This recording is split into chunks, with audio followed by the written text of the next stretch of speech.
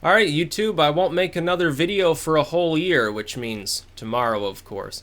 Happy New Year's to everybody. I was gonna do like a live stream or something, but I think I'm just gonna skip that.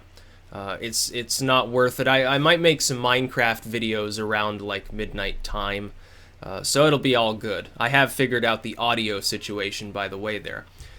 But it's time to review 2016 and make a few observations and predictions about 2017.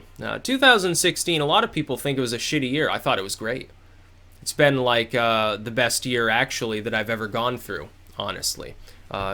2016, all of a sudden I go from relatively unknown to relatively popular. The amount of money that I'm making roughly quadruples over the course of a year. I think that's pretty good. I'm certainly fucking not going to complain about that. I feel just fine.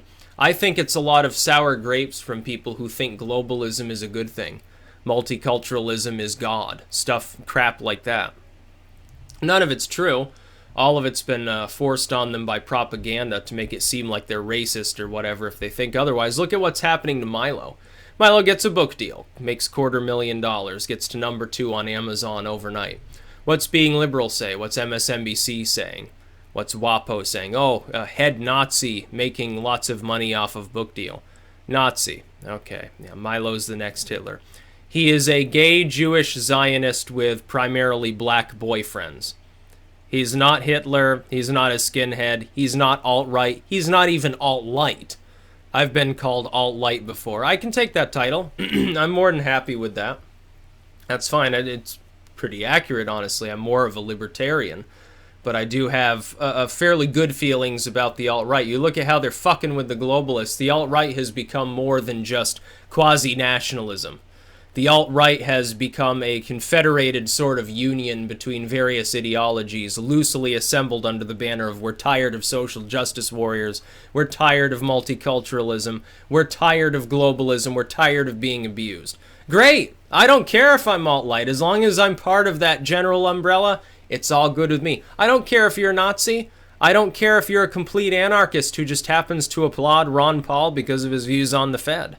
You're still going to be better than any fucking social justice warrior. You're still better than any establishment fucking neocon or neoliberal. That's fine with me. I don't care. I don't care if you have swastika tattoos, and I don't care if you wave the Gadsden flag. It doesn't matter to me one way or the other.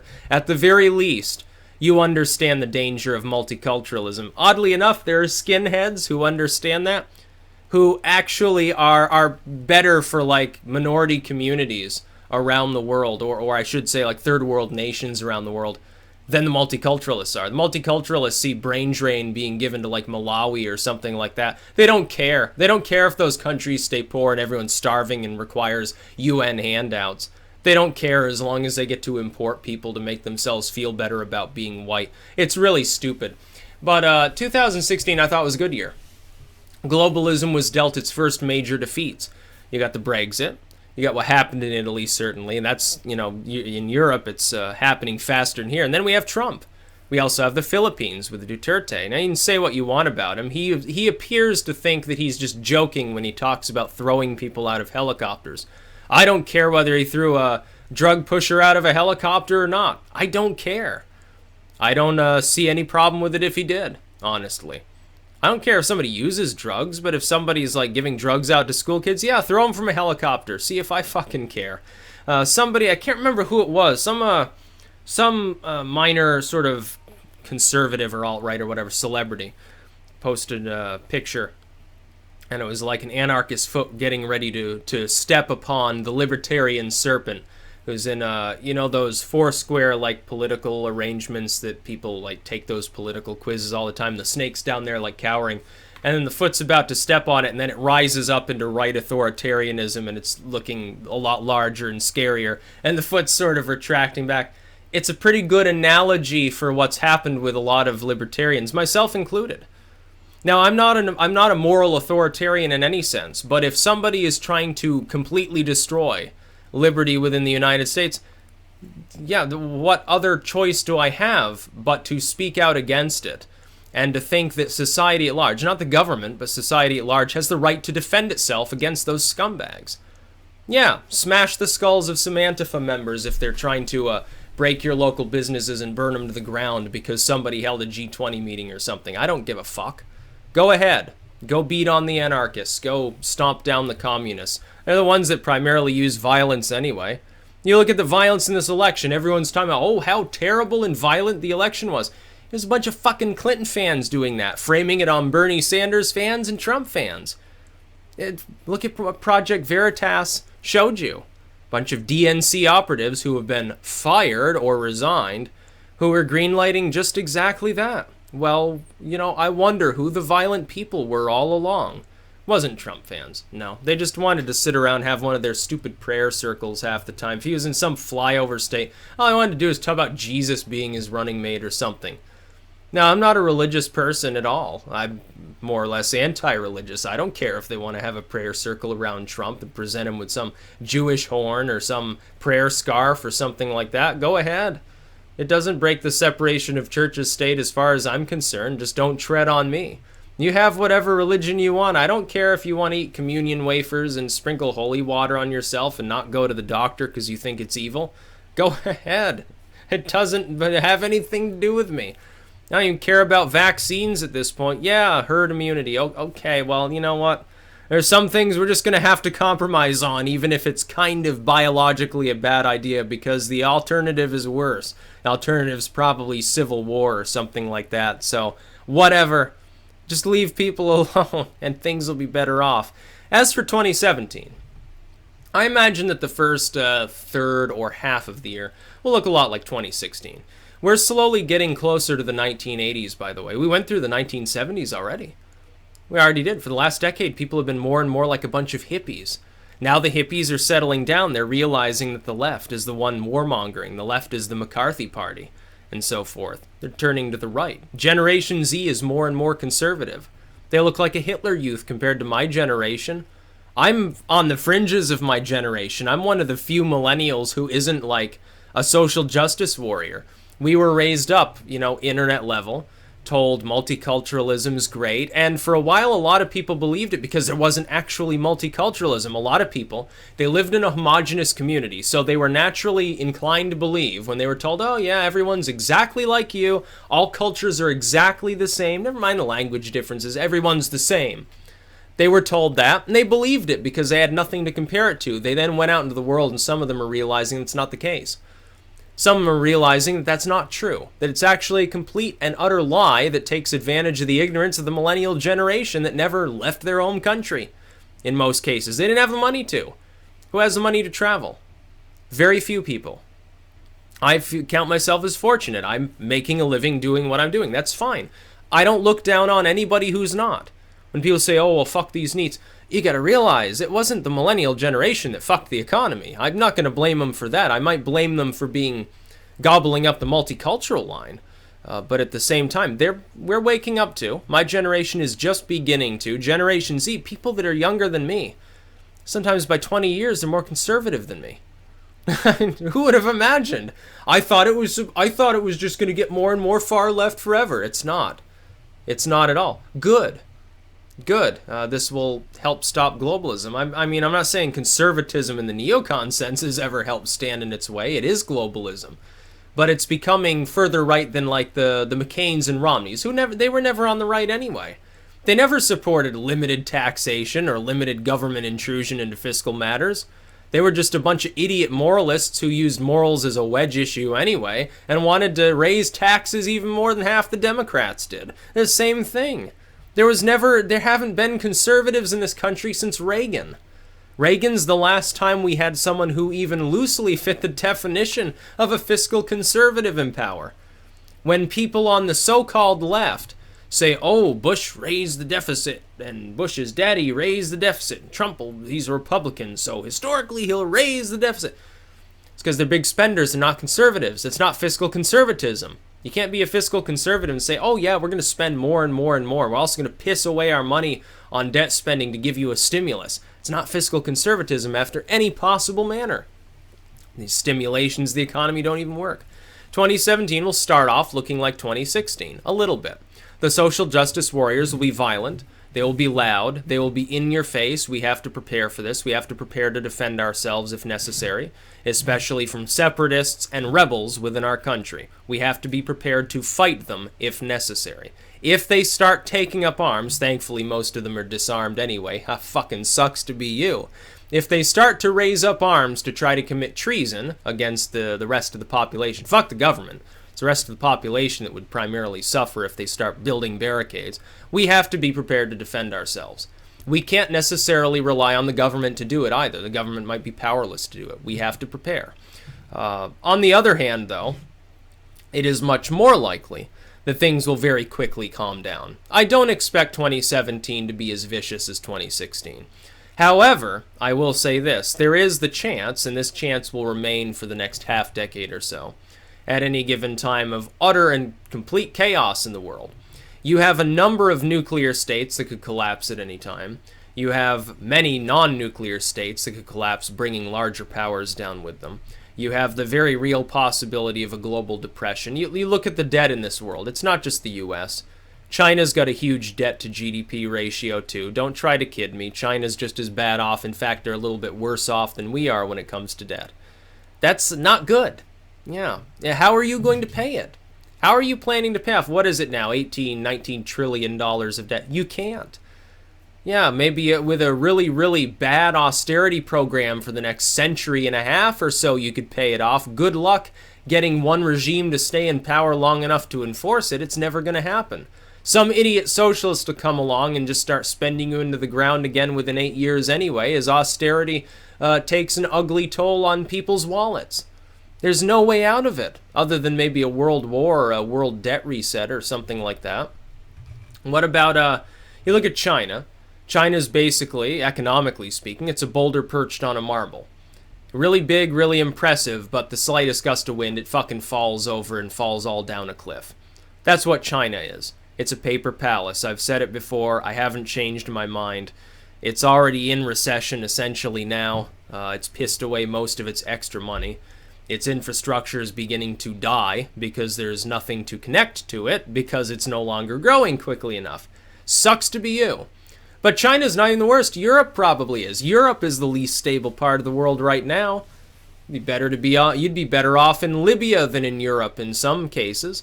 You look at Europe. They're 1 or 2 elections away from the EU collapsing. You think that the EU heads and the globalists there that are making so much money off of their price fixing and their interventionism and their warmongering, do you honestly think they're going to let it go? Say, oh, EU's dead, okay, time to move on to greener pastures, we'll make an African Union or something. No, they're not. They're going to stand and fight. And they're going to make things for people within the former EU states as miserable as possible. They'll probably try to get Europe fighting itself again, just to make more money off more warmongering in the meantime. Or they'll try to sell you a half-assed, watered-down medicine that'll take the form of EU light that won't work either. Great. Yeah, I'm sure that you will enjoy it. Eastern Europe is now the model for Western Europe, not the other way around. A bunch of former communist states that are still ass backwards when it comes to human development are going to do better than Western Europe at this point. The amount of social alienation is the same, it's just they disagree on what's causing it. In Western Europe, you look, it's primarily the anti-EU sentiment is being driven by small towners whose jobs are disappearing, especially younger and middle-aged people there. People who are on pensions or whatever, who are seeing public money pissed away on immigrants. And marginally wealthy urban classes who are seeing steadily encroaching ghettos approach their own little lily-white communities. Sort of a NIMBY, not in my backyard thing. That's what's fucking with Western Europe. That's why they're abandoning EU sentiment. It's why France will probably vote in nationalism light. It's why Germany could do that within a decade or so. It's why Denmark and the UK and all these other countries are steadily moving away from it. In Eastern Europe, it's just about immigrants. They know what it's like to be subsumed by a foreign culture. They had to suffer under that under Russian rule. So they know what it's like. They're not going to stand for that at all. They'll leave the EU. They'll burn the EU to the ground before they submit to that kind of slavery. Good for them. You can save everybody else in Europe. The Polish, the Hungarians, the Slovaks. You can save all of Europe. If you band together, you leave the EU, form your own little bloc there, show them how it's really done. Show them how national pride operates. Tell them you're not going to bow before the Russians, you're not going to bow before Brussels, and they'll respect you more in the long run when the EU ends up collapsing anyway. Don't care about Russia. We'll be defending you anyway. We've still got NATO. It's not like that's reliant on the EU. I hear people all the time, if the EU collapses, Russia will move in. Have you heard of NATO?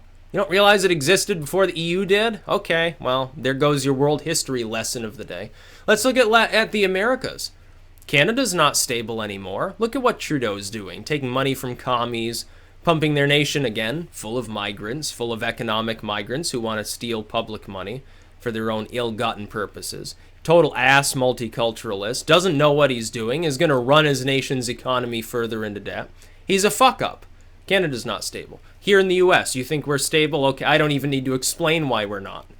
Even if you assume Trump's going to do a good job, it doesn't fix the problem of a third of the population thinks he's the next Adolf Hitler.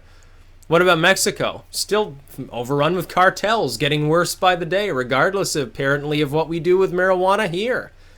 Argentina essentially collapsed a few years ago economically. They're starting to recover. Brazil's basically flatlined right now. Venezuela could fall any day. Now we look over to Asia. It's not just China and Russia. Vietnam's moving west. That's causing stress on their relations with the Chinese. Japan's rearming. South Korea wants THAAD systems. Taiwan still is dicking around just as the Chinese are over who owns what. The Philippines are now under the rule of a strongman, almost a dictator light or something like that. Now, you can respect him for wanting to clean up his country's problems, but he's still a charismatic tin horn strongman, let's face it. I happen to think that his general idea is good. Maybe not the tactics so much. The general idea is okay. But at the same time, let's call him what he is. You can be a tin horn and be talented and do a good job, but you're still a tin horn, let's face it. That's what Duterte fundamentally is. I don't blame the people of the Philippines for electing him, but he still shows many aspects of being a tin horn figure. You know, again, no respect. He might do the right thing. Maybe he'll soften his views on some of these things. But it's going to strain relations between the Philippines and many parts of the world. Might endear him to like the Trump administration, but what about the Europeans? They trade with you too. You look to India and Pakistan. They're constantly having border incursions, constantly skirmishing over a few miles of land between their borders. So the world in review for 2017, some predictions. There are going to be a lot more economic problems. You might get another Great Recession, might be worse than that. You probably will see proxy wars. It's not like they're going to stop because Trump's magically elected. We still will have to stand up to Russia, by the way. Over the next 4 years, we can work with them, we can have diplomacy with Russia, but we're still going to have to stand up to them from time to time, just as they're going to end up having to stand up to us. It's a perennial thing that we do. We've been doing it for decades. It's not going to stop just because Trump's elected, just because he says, oh, Putin is smart. Just because he's smart doesn't mean he's not going to antagonize us, any more than Trump's not going to antagonize them. You don't think he's going to get a hard dick thinking about, wow, I can antagonize a nation that has thousands of nuclear weapons?